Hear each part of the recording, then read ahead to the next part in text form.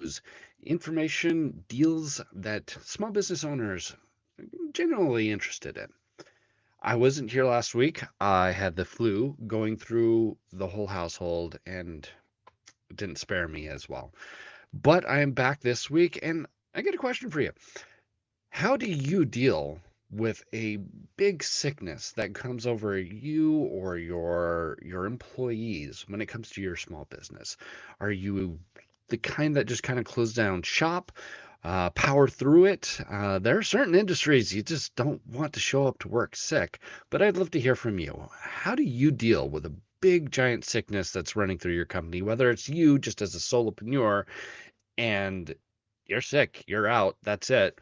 Or whether or not it's like half your staff is gone because of a stomach bug or something like that. Let me know in the comment sections. But with that out of the way, let's get to the news. Let's give me one sec.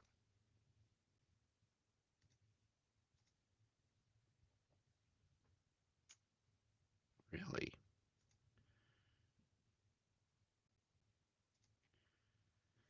Much better. All right. First up, SBA announces new Made in America loan guarantee to restore manufacturing dominance. On a major boost for small manufacturers, the U.S. Small Business Administration is expanding its International Trades Loan Program. Starting May 1st, this enhanced program will offer a 90% federal loan guarantee, which will help small manufacturers grow, invest in new equipment, and create jobs. SBA Administrator Loeffler stresses that strengthening American manufacturing is vital for national security and the economy, as small businesses make up 98% of all manufacturers in the U.S. With this new initiative, eligible manufacturers can access long-term financing and more flexible terms, encouraging lenders to invest in domestic production. The loan can be used for various purposes like updating machinery, modernizing facilities, and diversifying supply chains to lessen reliance on foreign suppliers. This aligns with the administration's goal of bringing industry back to the U.S., enhancing the competitiveness of small manufacturers. See, I think that that's right there. Like the main point of government is to really protect and enhance the United States. And this is a good example of this. I mean, I know that it can be more beneficial to outsource, cheaper to outsource um, the means of production to China, but that in the long run, one makes us reliant on another country that could at any time change how much it's going to charge for these kinds of services. But two, when the money doesn't leave the country, it just keeps circulating. It's not just, oh, we're giving that much money to this company that then goes into their community and it spreads and it gets used more and more and more. And that in turn actually brings in more tax revenue. The more money is spent, the more tax revenue you get. I like I like this. I want more of it. And hopefully more does come. FedEx to offer faster delivery with launch of FedEx Same Day Local. FedEx has launched a new service called FedEx Same Day Local, aimed at providing faster local delivery options as consumers' demand for quicker shipping continues to rise. Small businesses often find it hard to manage speedy service without complicating their operations. This new delivery option offers flexibility and efficiency, allowing retailers to choose between 2-hour deliveries or end of day service. 2 hours, that is really quick. FedEx has partnered with OneRail, a last mile delivery solution provider, to connect small businesses with over 1,000 delivery partners across the country. This setup ensures that orders get matched to the right vehicle and driver quickly, offering real-time updates from the moment an order is placed until it reaches the customer. This could greatly improve shopping experience as 96% of shoppers now expect same-day delivery. Amazon has ruined us. Is same-day delivery. I mean, I'm in a rural area. I get next day delivery. Same day though would be, oh, it would be nice. I would love that. But it has ruined us. The expectation of getting what you've ordered right then and there. I get it. I get it. Some key benefits of FedEx Same Day Local includes enhanced delivery options tailored to various customer needs, near real-time tracking for transparency and technology integration to simplify operations. FedEx also provides 24/7 support to assist small businesses with delivery issues. So, one of the things that it didn't really mention was price. And I know FedEx is one of the more expensive kind of shipping options, but I would be a little concerned about how much it's going to cost to get that same day delivery. Um, I thought, yeah, this would be a really good option for small businesses to be able to contend with the likes of Amazon. What I would worry a little bit about, how much that's going to cost the user to either ship it or the business if they want to be able to eat that cost. Now, I know that Amazon charges a pretty penny if you're going to sell a product on Amazon. And so it might be an option for a business to be able to give same day delivery directly from their shop instead of through Amazon. For products that are big enough and to where the cut that Amazon would normally take could be invested in the same day delivery, it could be a viable option. But I don't think for maybe smaller items this would be necessarily a good option. You $10 bag of tea or something like that, or small grocery items, maybe not the best option for this. But if you want a same day delivery of a computer, or you need something more technical that you really need that same day delivery, I could see this being a very good option. More news from the SBA. SBA launched an enhanced grocery guarantee to boost food production and cut costs. In a move to support small businesses in the food supply chain, the U.S. Small Business Administration has launched an enhanced grocery guarantee program. This initiative aims to help producers like farmers and logistics providers by easing financial burdens, promoting growth in food production, and ultimately lowering grocery prices for consumers. SBA administration Kelly Loeffler highlighted its importance, noting it aligns with President Trump's effort to boost food production. Starting May 1st, businesses in various sectors, including grain farming, cattle ranching, and grocery retail will benefit from this enhanced loan program with 90% of federal guarantee with a 90% federal guarantee compared to its usual 75%, lenders will feel more confident in providing funds, resulting in better interest rates and flexibility repayment terms for borrowers. The grocery guarantee encourages local lenders to invest in small businesses that often struggle to secure financing. This initiative also aims to create a more robust food supply chain by supporting diverse business types. Increasing food production could help stabilize grocery prices, benefiting families and local economies. So, I again, another good win coming out of the SBA.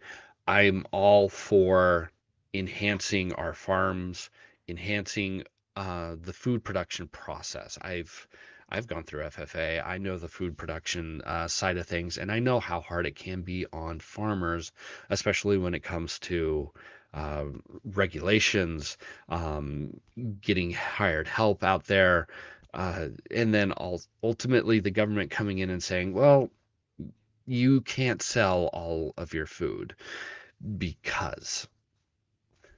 And I know that it's just really hard to just keep farms going. Sometimes, and especially when you're a smaller farm going up against bigger mega farms.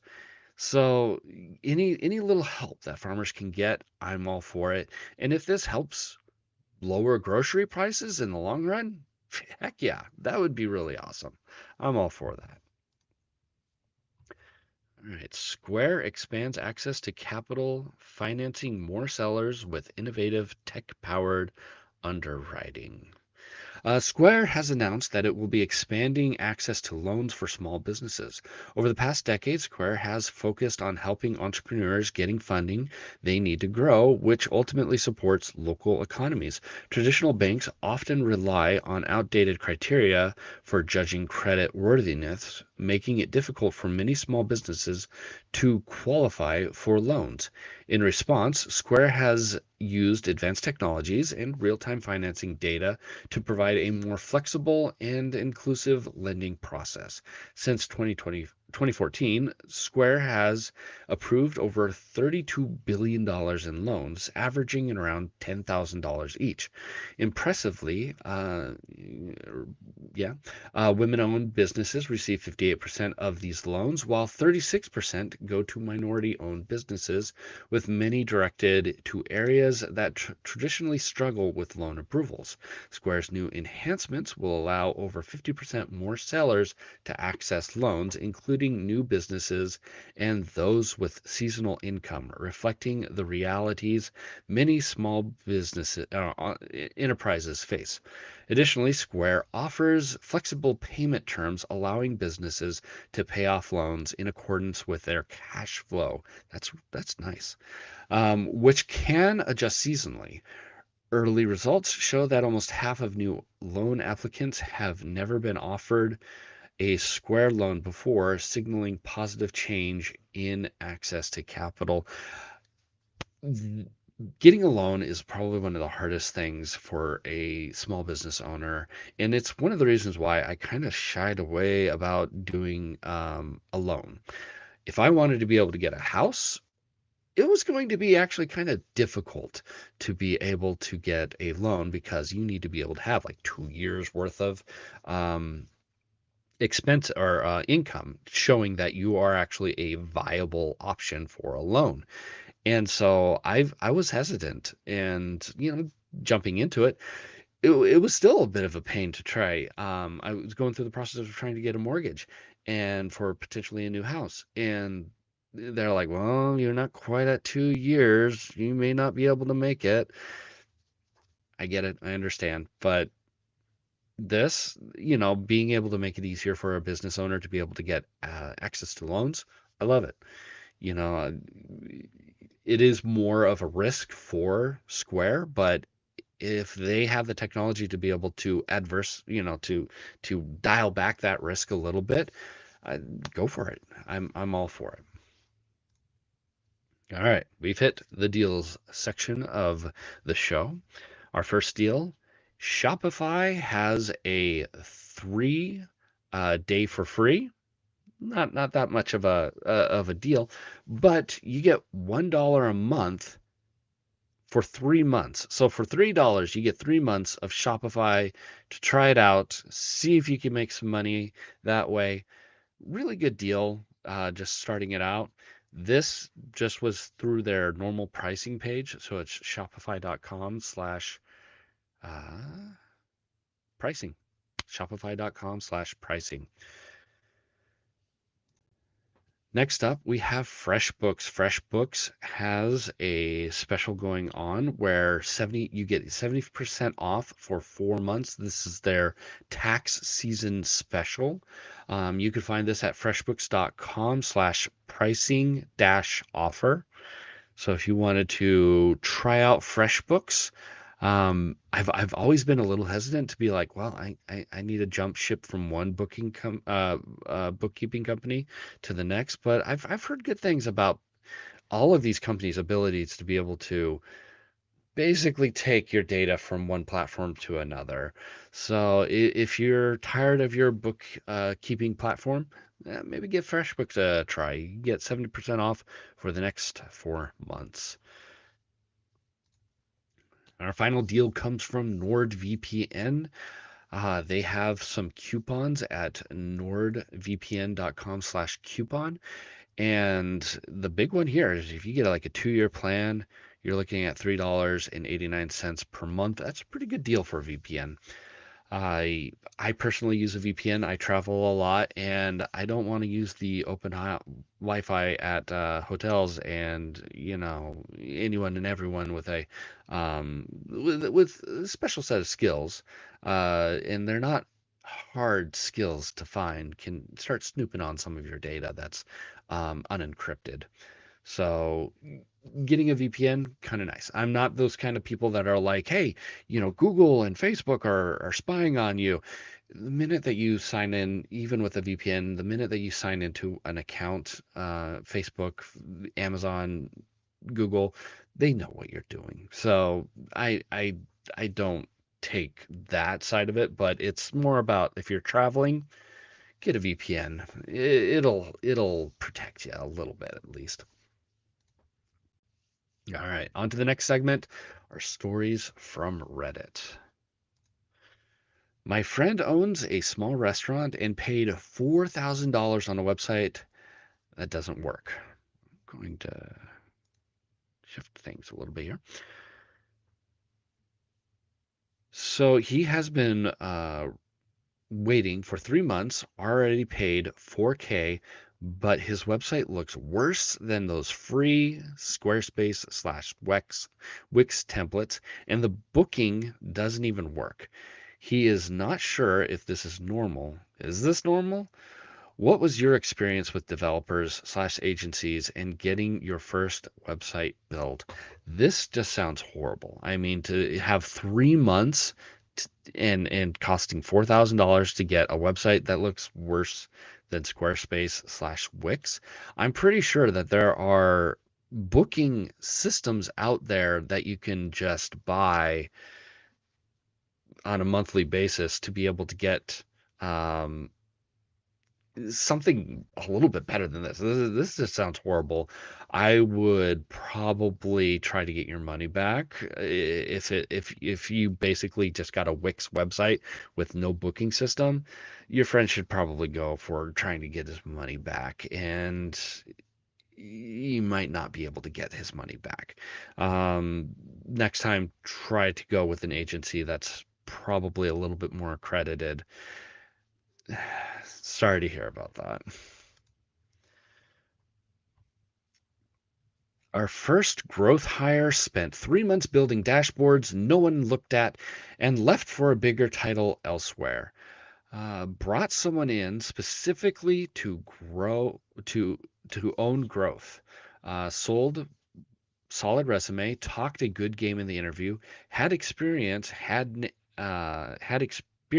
at names people recognize.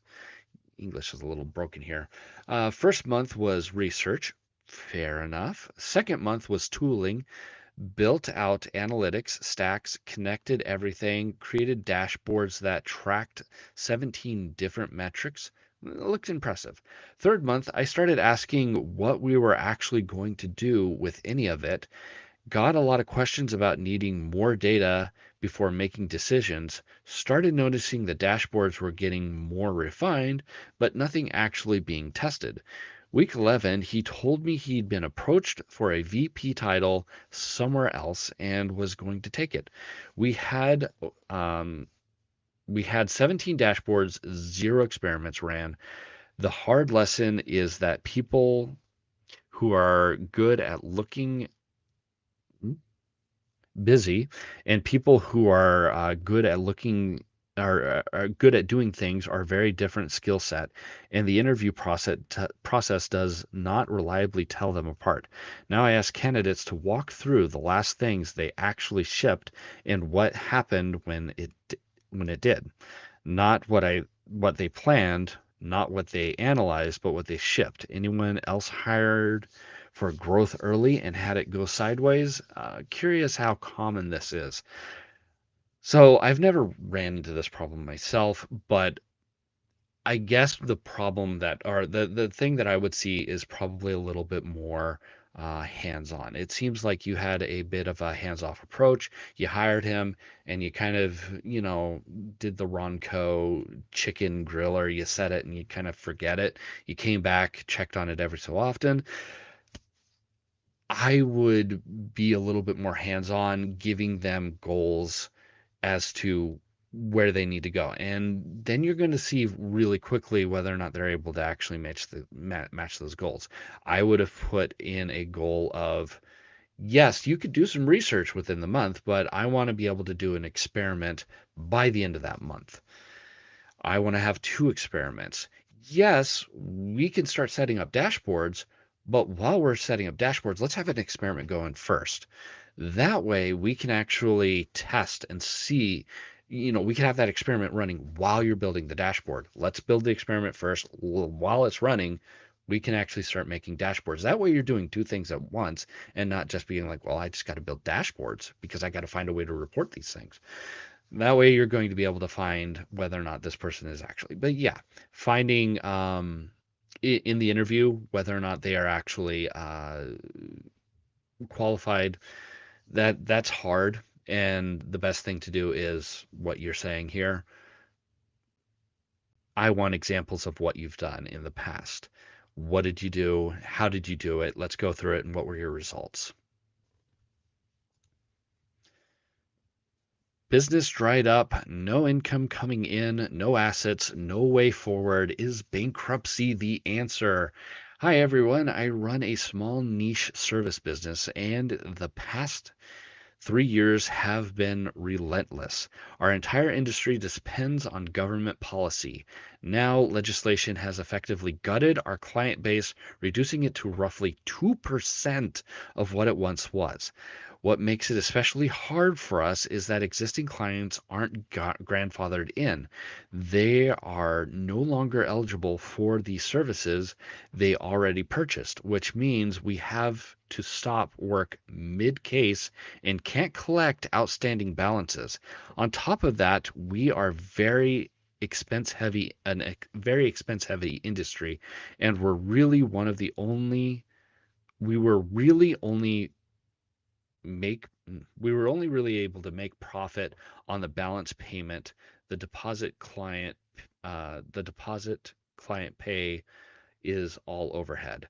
Our contracts include a clause protecting us from government changes and adverse outcomes, but that doesn't change the fact that we have no assets, no more income, and our business bank account has dwindled to next to nothing. I'm bracing for a wave of angry clients, refund demands, and potential litigation.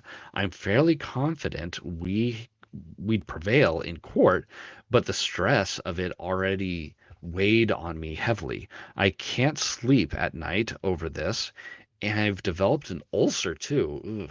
I feel terrible for our clients and for us. Our business account is currently at $80. Has anyone navigated something like this? A regulatory change that essentially pulled the rug from under your entire business model, or something similar? Is bankruptcy the best option for us? I feel like a slime ball, and I keep thinking back to see if there's anything else that we could have done, but I truly don't think so. I feel failure. I feel like a failure too. I'd love to hear how other people vanish. Yep, governments can come in and destroy businesses like a wrecking ball. It happens all the time. It is not just your industry. I imagine that there were a lot of people when the tariffs were going on that felt like their businesses were just being destroyed indiscriminately by the government. It happens. And it is an unfortunate side effect of the government and being so reliant on a um, industry that could be affected by government. I mean, it happens. It is unfortunate. Um, at this point, I would say that yes, your best option is probably closing down shop and uh, declaring bankruptcy. That's probably the best way forward. If I would have been in your shoes at 2 years, it would have been really hard too to let go and to have stopped quickly. It may have, if you could have projected and seen, well, this is not going to be a type of business that's going to be around, then, give your clients, okay, we're leaving here in a couple of months, or you got half a year to be able to find another service that'll do what we do, but we're calling it quits because we see no viability for this type of business in the future. We're just going to run off of the money that we have, and we're going to close quietly. It would have been hard to do that, but if you could look into the future and see that it wouldn't work, then it wouldn't work. And that is the unfortunate side of things when it comes to business. Sometimes you just have to close down, unfortunately. Failed again. I started a photography business. Okay.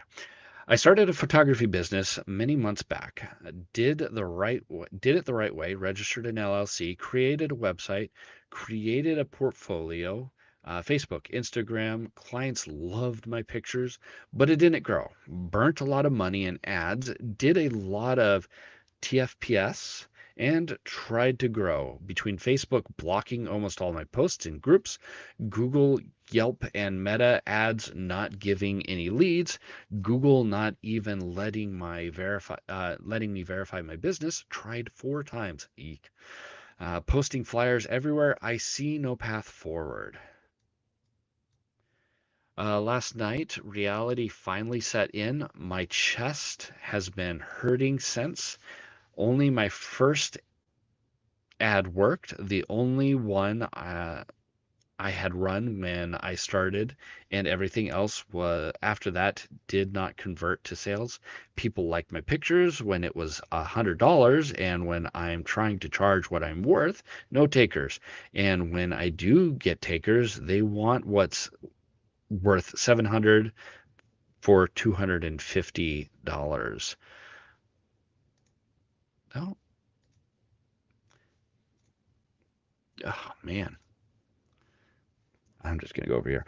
I've spent so many nights editing, perfecting the pictures from photo shoots I did for $100. It was exhausting spending 7 to 8 hours editing after a good photo shoot, but I did still did it hoping that it'd pay off once I had a portfolio. Now that I have a portfolio, it's good, really good. I'm not a bad photographer, but failed in marketing. With an extreme heavy heart, I'm finally stopping today, and I've failed again in pursuit of building my own business. Not my first failure, but I really gave it my all. My chest physically hurts this time ever since last night, but I'm finally stopping now. This is hard. This is a hard thing to see for a business to just kind of call it quits. It's kind of like the last one. And when you're in an industry such as photography, that is one that's like very saturated. And a lot of people go with just someone that they know. And word of mouth is usually kind of king when it comes to the kind of the photography business. And so it could be a variety of things. One of the things could be it's just an oversaturated market. Uh, Two, Facebook, Google, all of these groups, Instagram, they want you to spend money. That's their ultimate goal. They don't care that you're getting the promotion that you want. So yeah, they're gonna want you to spend money, and that's ultimately the game. And I've never had really good results when it comes to like Facebook ads or anything like that. I usually get a lot of junk referrals as well, and it's really hard. Uh, if you have the money, marketing company might actually be the best kind of way to go as opposed to trying to do marketing yourself, because there's a lot of nuances when it comes to marketing. Having a local person who can really help you understand these ads and be able to get you to your customers, it, it it's really nice to be able to rely on someone's expertise when it comes to that. That is all I have for you today. Thank you for joining me and listening to me ramble. If you liked this, give it a good like. If you haven't subscribed yet, hit that subscribe button. And if at any point you thought, man, that is not what I would have done, there's a comment section. Let me know what you think should have been done differently. All right, until next week, see you later.